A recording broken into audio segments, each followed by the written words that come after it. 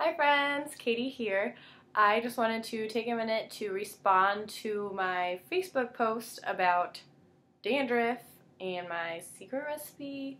It's not really my recipe because I just bought it, but so I had made a post about dandruff or dry scalp because I actually had to look up the difference between the two.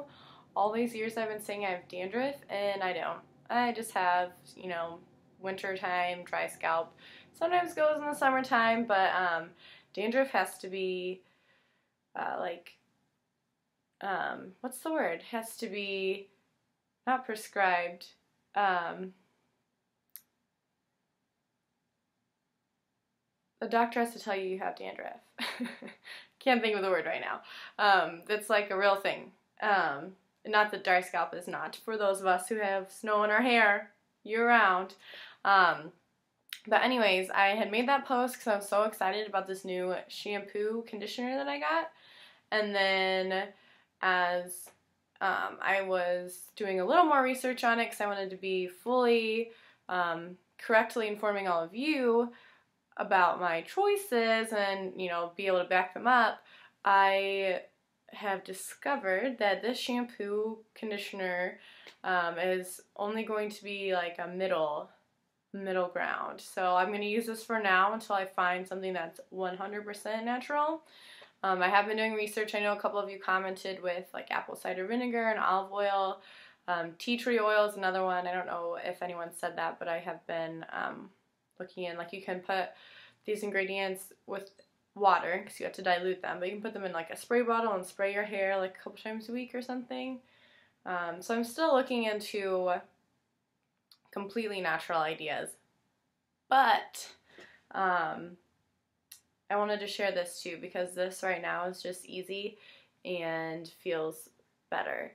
So I had said before in the comments of that post that I have been using tea gel for years.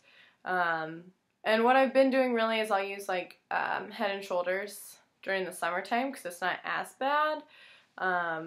And then during the winter months, a couple times a week, I would use tea gel. And, obviously sometimes that creeps into the summertime. It's not like it magically, the bottle ends and the snow stops. So it was kind of a year-round thing, but mostly during the winter time. So I looked that up. I've just been reading ingredients more, and really that started a few years ago when I was reading food labels. I really got into reading what, those toxins are that we're putting in our body and chemicals and things like that. And then more recently I've been looking into my cleaning products and my cosmetics. And the first ingredient, the active main ingredient in the tea gel is coal tar, which sounds disgusting. So, I don't know what that is, but it doesn't sound good. So I looked it up and I went to this amazing website that I'm going to put in the comments below somewhere. It's EWG.org. So I believe that's Environmental Work Group. I could be wrong. I know it's Environmental something group. But they have, if you go to their website and you go to like the consumer button and our consumer guide, I think it says, and then it has food information. I stumbled upon it when I was looking at my sunscreens last year to try and find a better sunscreen. But they have a whole cosmetics thing, and it's like thousands, like 80,000 cosmetic things they've rated, so they give it a score. And they tell you, the score is based on, a lot of data or limited data if there's not that much out there. They can only do so much. But they gather the data and they give it a score. So I looked up the tea gel, and the score they have like the 1 to 2 range is green, so that's good. That's low on a scale of 1 to 10. And the 3 to 6 range, I believe, is moderate. And then the 7 to 10 is red. And it's like, bleh. Like you see red and you're like, no, I don't want red. I don't know what it means, but I don't want it. The tea gel was red. It was a 7, so technically it wasn't the worst, but if you click on the product, it gives you a breakdown of each ingredient, and it will rate each ingredient. So the first ingredient, and that is the coal tar, and that is a 10. It's horrible for you. It's a carcinogen and organ toxicity and any other horrible, scary word you can think of. That's a 10. That's what it was. And then, you know, the other ingredients, they give the scores an average for all the ingredients. So it had enough okay ingredients to bring it down to a 7, but the first couple were like 10, 8, maybe, just reds, scary reds. So I knew I didn't want to use that anymore. So I was thinking, all right, I'm going to go to the store, I'll find some natural shampoo, and then I will have to supplement with a tea tree oil or apple cider vinegar or something a couple of times a week. For my dandruff, because I just don't want it. I don't want this on my head. My brain is right under, you know, right under the skin. So that's what I was thinking. So I went to the store. I found what I'm about to show you, and I noticed like 3 days after I started using it, I was like, hold on, I haven't had to like look up anything. I haven't had to try the apple cider vinegar. I haven't, because I had noticed that I didn't have the dandruff flakes, the flakes. So I was intrigued, and then I started looking at the ingredients in this, which I'll show you in just a second, but there's a lot of coconut oil in this. A lot of the different ingredients are coconut oil and just different oils, and whatever is in this clearly is good for my scalp. So, and I also, okay, anyway, so I'll show you what that is. So, I got Ren Pure, oh, it's going to be backwards, but Ren Pure Solutions. It's a cleansing conditioner. So, I just grabbed it because I'd already picked up a shampoo, which I'll show you in a second. But it was conditioner, so like, okay, I need conditioner too. So I pick it up and I started reading it, non-foaming cleanser that replaces your shampoo and conditioner. And I've never been the one to buy the 2-in-1. I'm like, no, it can't do 2-in-1. I've used just shampoo before and it dries my hair out. And like, I can't put a brush through this. So I don't do the 2-in-1 crap. I don't ever do the leave-in conditioners because like my hair it gets oily, so I'm worried that if I have a leave-in conditioner, it would just be grease, just a head of grease. So I've never done either of those, but I was just reading about this, and I don't know, I guess I had an open mind that day, so I got it. I took it home and I got it, and for the first couple days, I did not use just this. I was like, I'm gonna still use my shampoo because just because. And then finally, after a couple of days, after I realized that I hadn't had any flakes, I was like, all right, now I have to know like which one of these it is.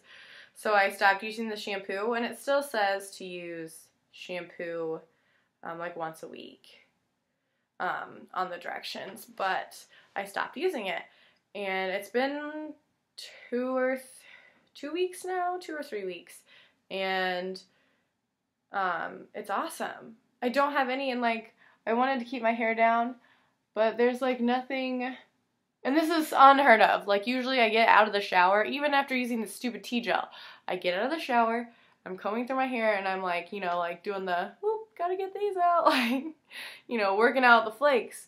Like, even when my hair was still wet, there's nothing. Nothing. And obviously there will be the occasional, in the wintertime, flake. I mean, come on. Our skin is dry. I have flakes on my arms because my skin is dry. But it's amazing. And it doesn't leave my hair greasy. It's still a little damp right now. I did shower not that long ago. But my hair doesn't get greasy any faster than it was before. It's just awesome.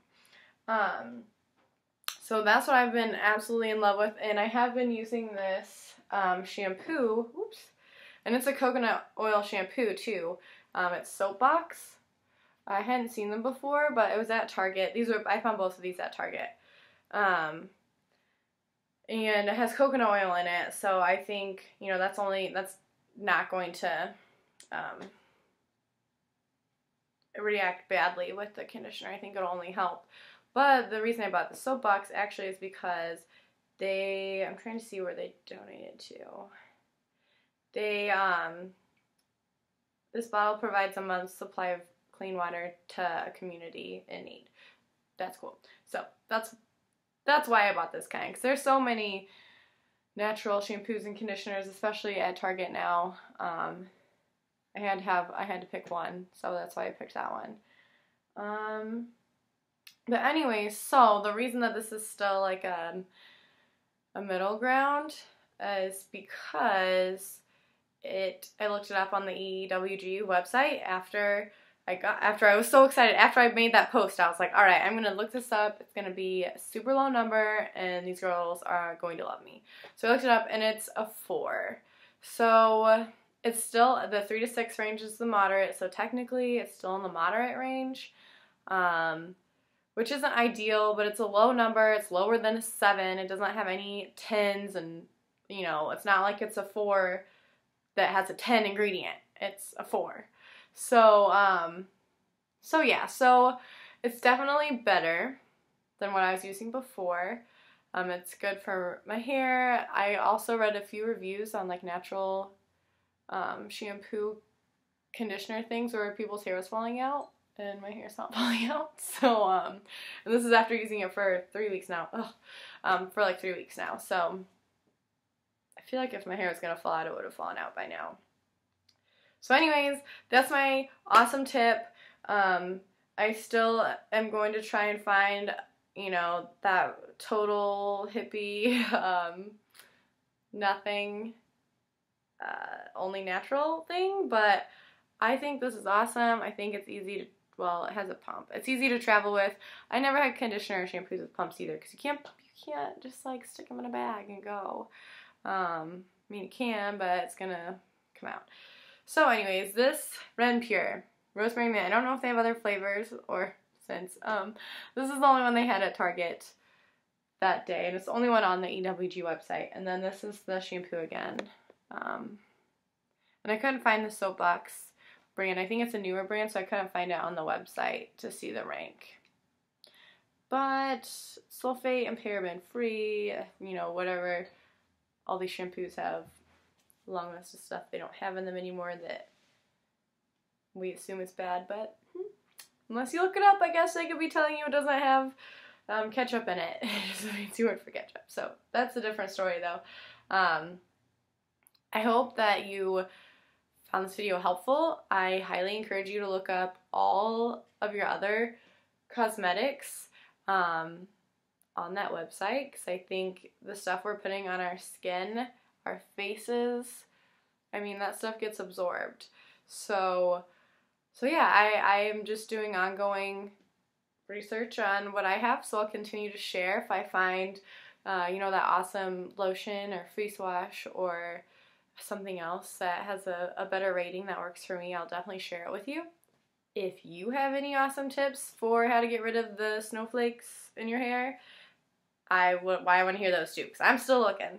But for now, I highly suggest this, and I hope you guys try it out and like it too. So, thanks for watching, and I will see you again with more tips soon, very soon. So, bye guys.